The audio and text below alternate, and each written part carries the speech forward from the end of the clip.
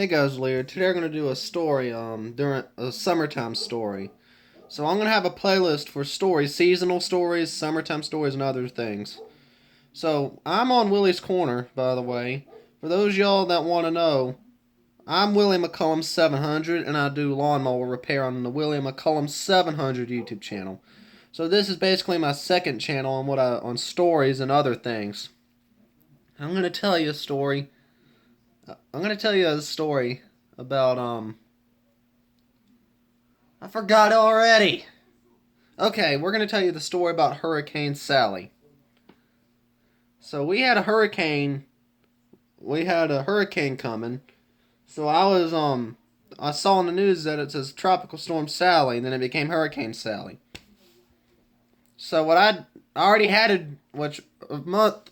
couple months earlier, I acquired a generator from my late uncle. It was a Honda EG3500X.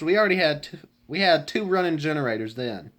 I had one to retire my Coleman Power Mate. That big old turd. That turd is at my grandpa's house right now waiting to be fixed. We got a helicoil it, and I don't have the stuff to helicoil it. So if it's a major repair, I'll take it to my grandpa. So we had my dad's generator, which is the big one, the EB6500X. It has that feature called the auto throttle, which we had that turned off. So we had them. We got gas the day before. We had chips, and we had food. It was, I don't know what to say.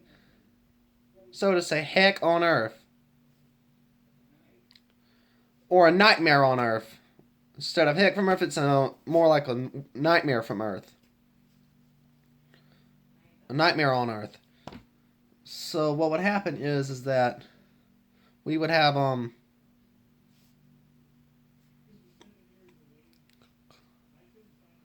what happened is that we would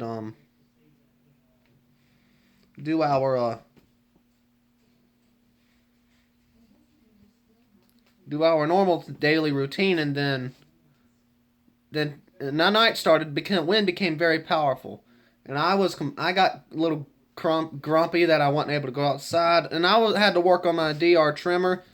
I went to start it. Air filter was dirty, and I have a video why you should change your air filter. And of course, I went to start it up, and it wouldn't start. It wouldn't start. And I went in the garage, wouldn't start. So I gave up because it was starting to get worse. By then it was already raining, so I then put the DR in the garage. Come to find out, it was wet this whole time. And then the storm was just bad. I went inside, and then I was just mad about the situation. And that DR, come to find out, a long story short, it got wet, and you should never use a DR trimmer in the rain. Never use a DR trimmer in the rain. This was after that video I made on why you should change your air filter. Because, if you don't know, a DR trimmer, it says it in the manual that do not use it in the rain. And I was stupid enough to fix it, to take care of it in the rain. And I've learned not. Now, that's why you should always store your equipment inside a garage. So, been a mechanic for almost 7 years and know what to do. I've been in the lawnmowers completely for 7 years. Now, I remember dealing with the storm. I remember going to bed, and I woke up, and I just heard wind, just trees blowing. I looked out the window. It was just rain. It was just wind strong. This Christmas tree, we hadn't managed to put it down. Imagine this tree just bending like this. Yes, I know it's January. We need to get that tree taken down. Just it was, and I did not even go outside because it would have been strong enough to blow myself down. I want to fall. That's how strong that wind was. So I had a power bank, and my sister wanted me to charge her phone, so I brought my power bank, which I bought from Harbor Freight. It's an Armstrong brand, and I have it. I actually use it at school. Believe it or not, you can use them at school. At my school. And I used it. And we hooked it up to my sister, to what was my sister's phone, which is back to my mom's phone. My sister got herself her own phone. Be sure to check her channel out. I'll have a link for her channel in the description. For those of y'all that are into anime, into stories like gotcha, that would be the channel for you. And she may not be. She usually isn't seen or heard in my videos, but there might be some instances where you might see her. And well, what happened is that and I let her use it, and I charged my phone, and I wanted my phone's charge up just in case we had an emergency. Now, in our country, our emergency number is 911 is our emergency number. In the other parts of the world, there's 999 in United Kingdom. Those are your emergency numbers. So those are your emergency numbers. And 3-digit emergency numbers. In some parts of the world, there's actually two emergency numbers. In some parts of the world, from what I understand, but I know in the Americas we have 911 as our emergency numbers. So, if you probably live in Canada, Mexico, you'll probably have those emergency numbers. But luckily, we didn't need that emergency number. So, no one was hurt. Nobody in our family was hurt. But Boudreaux was just scared. And I remember, it was so bad. I think I ended up going back to sleep. I woke up. It was starting to warm up in the house. I asked Mom if I could pull out the generator. She said no. I said, "Do you want to burn up in this house?" She said no. So I asked her if I could pull the generator out. She's like, "Go ahead." So that's what I did. Normally, if I want to do something, sometimes when I ask my mom if she's doing something, if I could play, let's say I want to play Farming Simulator, one of my favorite games. I'll be coming out of a gaming channel one day, not anytime soon, but well, what happened is that we had a storm, and during that storm, we let the wind die down, and that's when. Now, normally when I want to play Farming Simulator, right? Then, if Mom says no, I'll be like, all right. I'll be like, okay, maybe in a little bit, okay? She was like, go ahead. I was like, go back to what you're doing, and she'll go back to doing what she's doing. So now, of course, I pulled the generators out, and I have a video on running those generators after Hurricane Sally. I know it says during Hurricane Sally, but it's after Hurricane Sally. I remember starting the generators up, going in the garage to moved the DR out of the way to get the extension cords, and we ran extension cords. We started up the EB6500X, and I cranking, turned the fuel on, thinking that you turn the fuel on, you actually also start spark, and that's not how that model works. What you do is you turn the fuel on, turn the switch on, you pull the rope, then it should start up, and it started right up. So then I brought the EG3500X, and I had the mufflers. I had the mufflers. Let me find. No, I had the muffler. This is my thing. This part here will be the EB6500X. This will be the muffler pointing towards me.